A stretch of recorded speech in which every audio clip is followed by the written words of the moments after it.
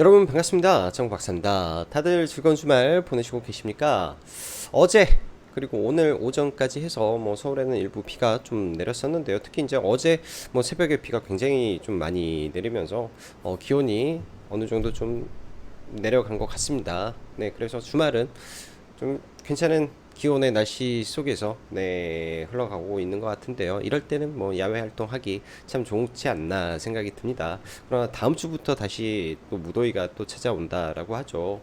저는 정말 간만에 와이프와 아들과 함께 이 안양에 있는 안양예술공원이라는 곳을 어제 아침에 가서 점심에 백숙을 좀 먹고 왔었는데요.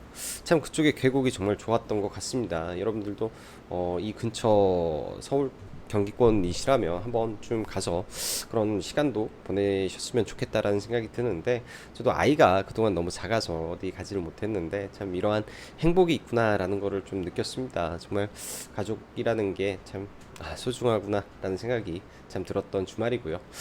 서론이 좀 길었네요. 자, 이번 주 금요일 국내 증시 전강 후 약으로 좀 마감이 되면서 또 장 막판에는 약간의 투매 비슷하게 좀 많이 흘러내리는 모습도 보여주었었는데요.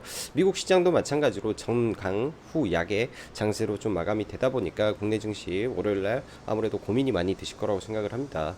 자, 결론부터 말씀드리자면 일단 금요일날 국내 증시는 이러한 미국의 이 스냅발 쇼크에 대해서 일부 선반영을 충분히 하지 않았을까라는 생각이 들어요. 왜?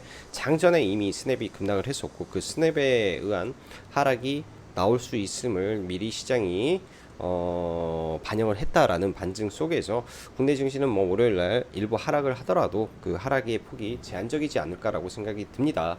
이번 한 주는 사실 FOMC 회의 그리고 회의 발표, 추가적인 파월의 연설이 있을 예정이고, 또 애플의 실적 발표, 그 다음에 아마존, 메타 등 미국 굴지의 대기업들의 실적 발표가 있는 한 주이기도 해요. 그리고 지난번에 삼성전자의 잠정 실적 발표 이후 이번 주에 삼성전자의 이 본 실적 발표가 예정이 되어 있죠. 목요일날 실적 발표를 하면서 그 자리에서 아마 컨퍼런스 콜에 미래 비전이라든지 그런 부분이 발표가 될 건데, 이런 부분에서 오는 시장의 반등이 나올 가능성도 있을 거라고 보여집니다. 그래서 여전히 매크로적인 부분에서는 여러 가지 우려는 있지만은 그러한 우려로 인한 하락 이후에 당일 반등이 나올 수도 있는 시장이기 때문에 그런 부분을 보면서 박스권 플레이를 해 나가야 되는 부분이라고 생각이 드네요. 자, 간밤 미 증시 정강 후약으로 3대 지수가 좀 마감을 한 가운데, 그나마 다행스러운 거는 그냥 원웨이 하락이 아니라 막판에 약간은 하락폭을 축소해줬다 정도로 위안을 좀 삼아야 될 것 같고, 가장 크게 빠진 거는 아무래도 구글, 메타 등 스냅발 광고 관련된 종목군들이 많이 밀렸죠. 그러다 보니 이 필라델피아 반도체 지수도 동반해서 급락을 했을 것이고, 그러한 영향이 국내 증시에 일단은 월요일날 삼성과 SK 하이닉스 포함한 IT 반도체의 하락 출발은 예정이 되어 있지 않나 생각이 듭니다. 그렇지만 7월달에 들어왔던 외국인 1조 4천억 정도의 순매수 기조 속에서 이게 급격히 빠져나가지만 않는다면 시장 박스권 정도 흐름으로 진행이 되지 않을까라고 생각이 들고요. 최근 시장을 보니까 고객 예탁금이 상당히 많이 줄어들었네요. 60조대에서 어느덧 53조까지 좀 밀려 내려왔는데, 이러다 보니 증시에 거래 대금이 상당히 많이 축소가 되어 있는 것 같습니다. 그러다 보면 오전에 이런 종목군들이 굉장히 빠르게 시세를 주고 오후까지 그 시세를 연속해서 가는 종목군들이 최근 시장을 보면 너무나 제한적인 흐름이 많은 것 같아요. 저도 매일 장이 끝나고 복귀를 하면서 어떠한 테마가 있고 어떠한 강한 종목 섹터가 존재를 하며 지금의 시장의 트렌드가 뭔지에 대한 고민을 매일매일 하지만은, 또 그 다음날 아침에까지도 하고 시장을 준비하면서 오전 어떤 테마가 과연 좋을지라는 생각은 매일 하겠죠. 그렇지만 굉장히 빠르게 시세를 주고 또 아침에 몰리는 이 자금으로 인해서 굉장히 좀 시가부터 빠르게 치고 갔다가 죽어버리는 모습 속에 쉽지만은 않은 것 같습니다. 그런 부분에서 비중을 낮춰서 여러 가지 섹터로 좀 시가 베팅을 풀어놔야 되는 건지, 혹은 여전히 거래 대금이 많이 터진 시장 주도주 안에서만 그냥 트레이딩을 이어가야 되는 건지 그런 고민들 굉장히 많이 하고 있고요. 매크로 분석상으로 봤을 때 시장이 뭐 빠져야 되는 날에도 강한 종목과 테마들이 많이 있기 때문에 그런 부분에서 많은 딜레마와 고민이 지속되는 것 같습니다. 여러분들도 그런 부분이 참 쉽지만은 않은 게 시장 흐름이구나라고 생각이 되시지 않을까 뭐 소회를 그냥 공유해 보는 거고요. 자, 그럼 바로 시작해 보도록 하죠. 지난 한 주 미 증시는 애플발 감원 이슈가 불거지며 주총 흔들리기는 하였으나 단기적인 달러 강세 현상이 22의 금리 인상과 일부 인플레이션 우려 둔화 등에 대한 기대감, 그리고 가상자산 등 비트코인 등의 상승과 미국 반도체법 및 일부 기업들의 시장 기대치 대비 양호한 실적 발표로 인한 상승으로 인해 반등을 이어가는 모습 속에 넷플릭스는 오케이 잘 올라갔죠. 테슬라도 뭐 실적 발표하고 약간의 밀리긴 하였지만 본장에서 10%대 급등을 하면서 국내 월요일날 금요일날 뭐 2차전지 섹터가 또 강한 모습까지 좀 보여주었었는데요. 일단은 금요일날 스냅, 트위터 발 실적 쇼크로 인해서 좀 하락 마감을 했습니다. 기본적으로 단기 반등 이후 아직까지는 일부 하락 및 차익 매물 성격의 하락이라고 판단은 하고 있으나 다가오는 이번 주에 FOMC 및 금리 발표와 파월의 발언이 예정되어 있고 거기에 애플 및 마이크로소프트, 아마존 등 미국 최상위 기업들의 실적 발표가 예정이 되어 있기 때문에 어찌되었건 변동성은 클 수밖에 없을 것으로 보여집니다. 최근 미국 시장을 보면 그간 금리 인상발 긴축에 대한 우려를 선반영하며 많이 내려와 있었고 거기에 경기 침체 우려로 인한 기업들의 실적 눈높이가 낮은 가운데 양호한 실적 발표로 반등하는 모습을 보여주었기 때문에 이는 악재를 선반영했었다고 논리를 펼치기에는 충분해 보인다라고 생각이 드네요. 일단 다음 주 FOMC에서는 예정대로 0.75 금리 인상 가능성이 매우 높은데요. 명목금리 정도까지 올라갔기 때문에 그 이후 급격한 금리 인상은 덜하지 않을까 생각이 됩니다. 그렇기 때문에 금리에 대한 우려는 크게 부각되지 않을 것으로 저는 판단이 되고요. 이로 인한 본격적인 경기 침체 우려에 대한 시장의 코멘트가 과연 어떻게 흘러갈지에 따라서 증시는 다시 하단 지지를 테스트하지 않을까 조심스럽게 예상을 합니다. 이 부분이 파월의 발언을 저는 암시에 두고 말씀을 드리는 거고요. 일단은 미국 기준금리가 이제 상당히 높아지죠. 조금만 더 올라가면 명목금리 원하는 만큼 올리기 때문에 명목금리 이상으로 금리를 올리게 되면 금리를 다시금 조정할 수 있는 이 폭이 연준에서 생기기 때문에 시장에서는 그러한 기대를 하는 거죠. 더 이상 올리지 않고 어느 시점에서 또 금리 인하 이슈가 나올 수도 있다라는 기대를 하는데 아직까지는 연준이 제시했던 이 2%대 이 인플레이션과는 괴리율이 높기 때문에 여전히 금리 인상은 지속되지 않을까라고 생각을 합니다. 자, 또한 애플의 실적 발표는 강달러로 인한 환차손이 분명 있을 것으로 전망이 되기 때문에 실적 발표 시 일부 밀릴 거라고 저는 생각이 들고요. 이후 서서히 반등하는 흐름이 나와준다면 애플의 실적 발표 이후 전체적인 지수가 안정을 찾을 수도 있어 보입니다. 그 외 큰 매크로 환경상 반복되는 러시아 우크라이나 이슈의 긴축 이슈 등이 주된 이유이기 때문에 신선한 악재는 없는 것 같고요. 이제는 경기 침체로 인한 지표들의 부진, 그러니까 뭐 제조업 지표를 말씀드리는 거고 기업들의 실적 발표 드리겠죠. 어느 정도까지 확대되는지, 그리고 유로존의 문제 부각, 유로존의 문제 부각이라면 이번 이 드라기 총리의 사임 이런 부분에서의 지도자 부재, 이탈리아, 뭐 그리스, 남유럽 국가들의 부채 문제, 또 부채 문제로 인한 유로존의 이 흔들림, 부채 문제로 인한 뭐 독일의 유로 그 남유럽 국가에 대한 지원이 가능하냐 여부지 등등이 뭐 문제로 부각될 수 있을 걸로 생각이 듭니다. 이러한 부정적인 부분이 강하게 작용하는지 아닌지 우리가 체크를 해야 되고, 또 중국의 부동산 문제도 서서히 체크를 해봐야 될 것 같아요. 금요일날 사실 미국 시장의 이 스냅발 이슈를 선반영했을 수도 있지만은 10시가 넘어서, 그러니까 1시 이후에 오후장에 국내 증시가 하락했던 또 다른 원인은 중국의 또 다른 부동산 회사의 채권이 디폴트를 맞아버렸기 때문에 그에 따라서 중국 증시가 빠졌고 중국 증시 하락에 국내 증시가 동반해서 밀렸다라고 일부 해석을 할 수 있기 때문에 이런 중국의 부동산 문제로 인한 금융권의 문제가 얼마큼 전이가 되는지에 대한 부분도 우리가 체크를 해야 될 것 같습니다.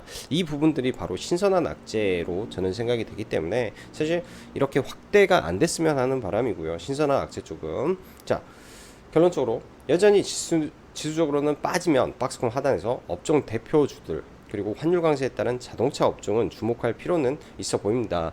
이번에 현대차, 기아차의 실적 발표를 보면서 환율 효과가 굉장히 크다라는 거를 내삼 느꼈고요. 또 2차 전지 관련된 이 친환경차의 판매 증가 속도를 보면 현대차가 굉장히 빨리 치고 나가고 있다라는 게 많이 눈에 띄는 것 같습니다. 특히 이제 다가오는 26일 이후부터 아이오닉 6에 대한 사전 예약이 진행이 되는데, 이러한 사전 예약이 또 잘 된다면 현대차뿐만 아니라 현대차 이 하부에 이 계열 관련된 종목군들이 다시 한번 시세를 줄 수 있기 때문에 자동차 업종은 그나마 관심을 가져도 될 것 같아요.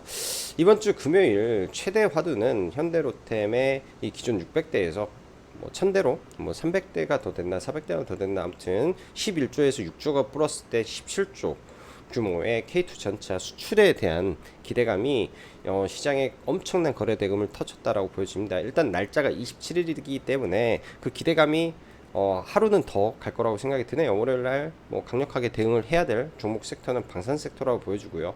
거기에 이제 하나 디펜스의 K9 자주포 또한 대량의 구매 계약 가능성이 지금 시장에 다시 떠오르고 있는 것 같습니다. 그게 이제 하나 에어로스페이스의 자회사이기 때문에 그런 부분에서 방산 쪽의 단기적인 부분이 굉장히 크게 부각이 되는 것 같아요. 경기 침체에도 아무래도 정부 상대로 한 이 영업이다 보니까 뚜렷하게 뭐 인플레이션은 우려를 받는 것도 아니고 또 긴축에 대한 우려가 종목군들의 영향을 주는 것 같지도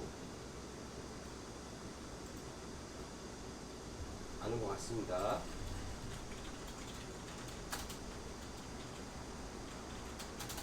그래서 이 부분 좀 보면 될 것 같고요.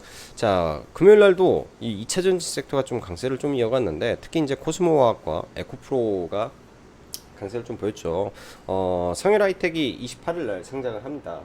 그 이후부터 이제 성일 하이텍의 추가 강세가 나오는지에 따라서 이러한 폐배터리 종목군들이 단기 눌림을 보일 수도 있고요.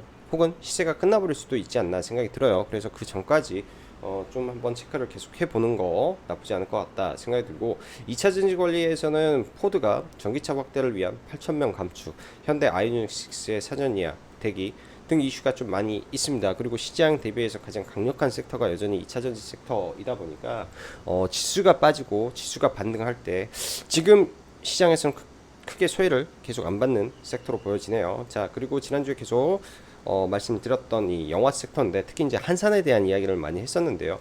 한산을 넘어서 이제 비상선언이라는 영화가 또 8월 3일 날 정식 개봉을 합니다. 일단 비상선언은 167개국에 이 사전 수출을 진행을 했던 영화이기 때문에 전 세계적으로 대박이 나버릴 수도 있는 영화겠죠. 일단 배급사가 쇼박스고 CG는 덱스터가 진행을 했습니다. 그래서 쇼박스 이번 주는 봐야 될 것 같고요. 한산이 관련된 대성창투가 상한가를 가고 크게 성공을 거뒀기 때문에 그에 대한 기대감 쇼박스 충분히 가능할 것 같습니다. 그래서 쇼박스도 같이 동반해서 봐야 될 종목으로 보여주고요. 그 외에 뭐 원숭이 투창 비상선언 선포가 있는데 사실 저는 매매 안 할 것 같습니다. 이쪽은 안 할 것 같고, 비썸 FTX라는 미국의 이 재벌, 그러니까 30세 가상화폐 갑부가 한국 코인고르에서 비썸 인서를 추진한다라는 찌라시가 올라왔는데, 이 부분은 좀 봐야 될 것 같아요. 근데 일단은 1차적으로 주가의 위치가 낮기 때문에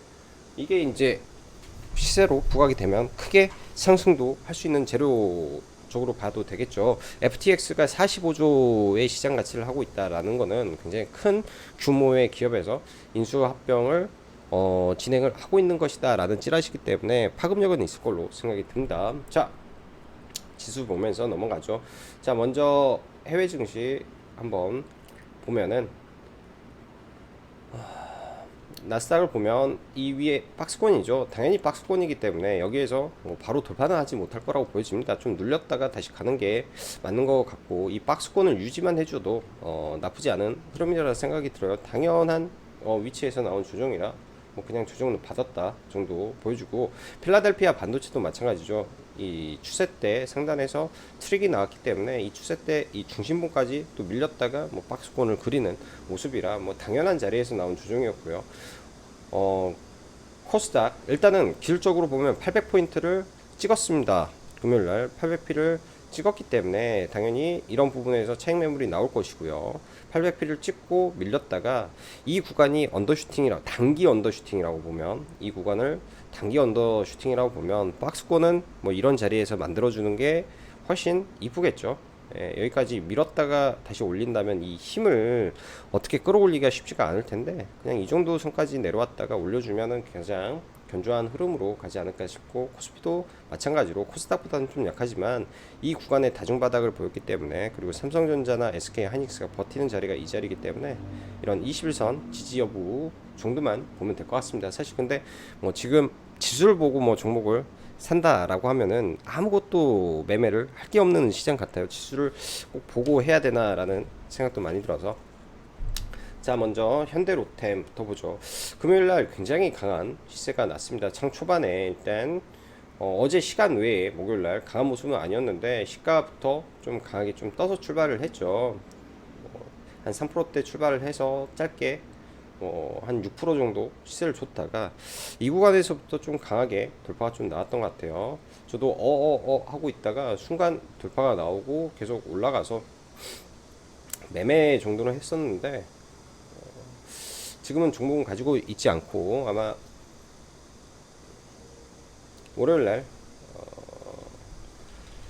시가 부근 혹은 일부에서 매매를 진행을 해야 되지 않을까라고 생각이 듭니다. 이 구간에서 돌리는 거 일단은 확인을 하고 좀 들어갔었고요.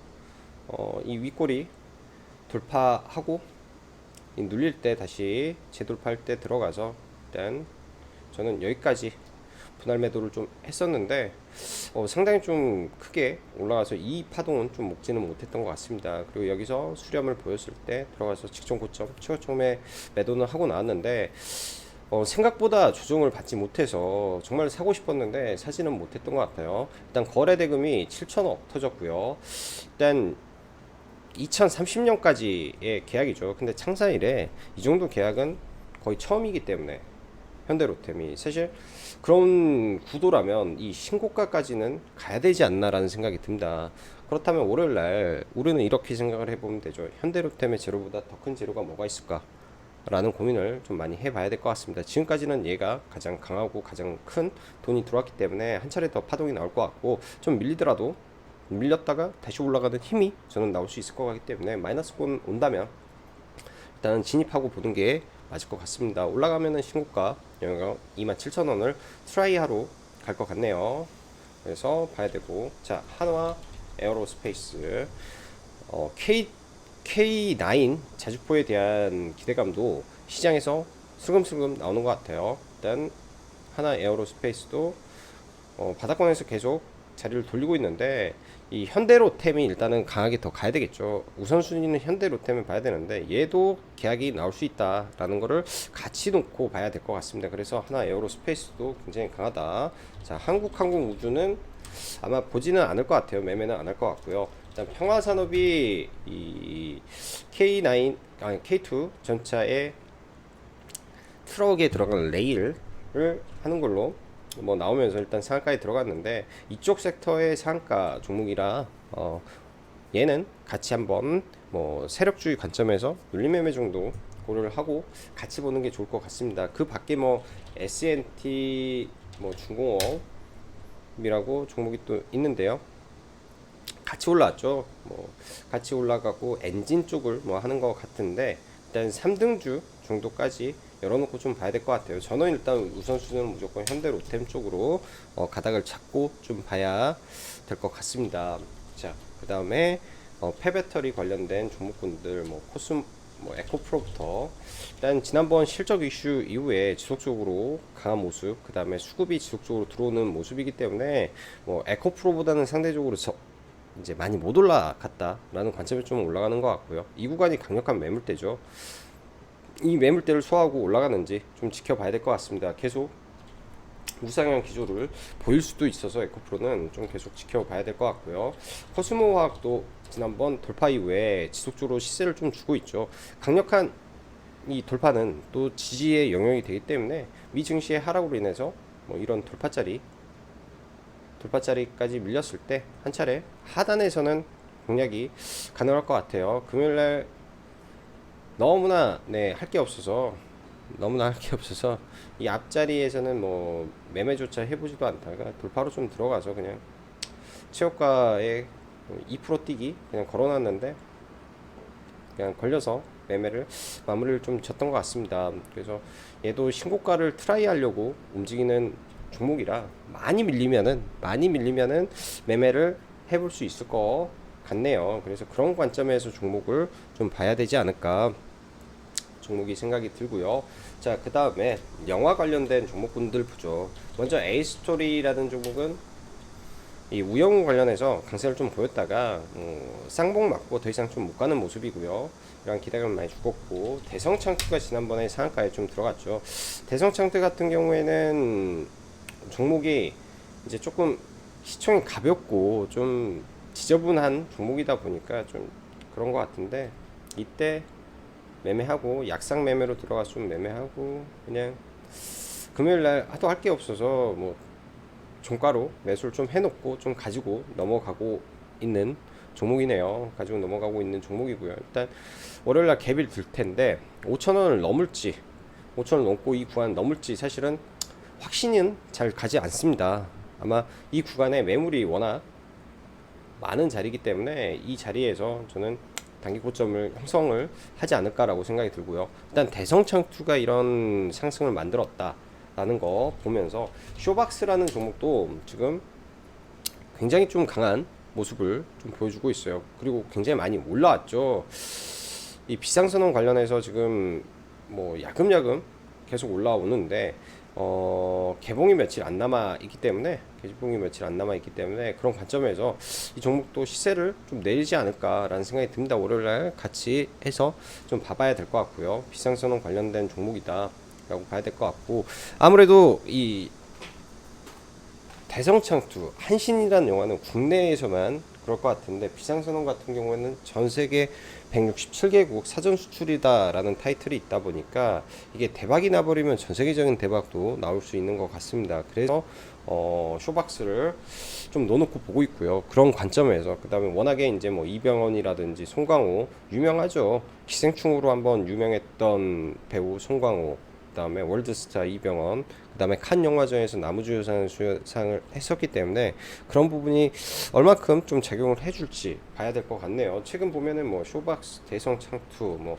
버키 스튜디오 등등 이런 엔터미디어 종목군들이 굉장히 좀 시장에서 좋은 흐름을 좀 계속 보여주고 있는 게 아닌가라는 생각도 듭니다. 버킷도 뭐 이런 구간에서 계속 매수하다가 돌파로 좀 들어가서 매도만 좀 잡고 나왔던 종목인데요.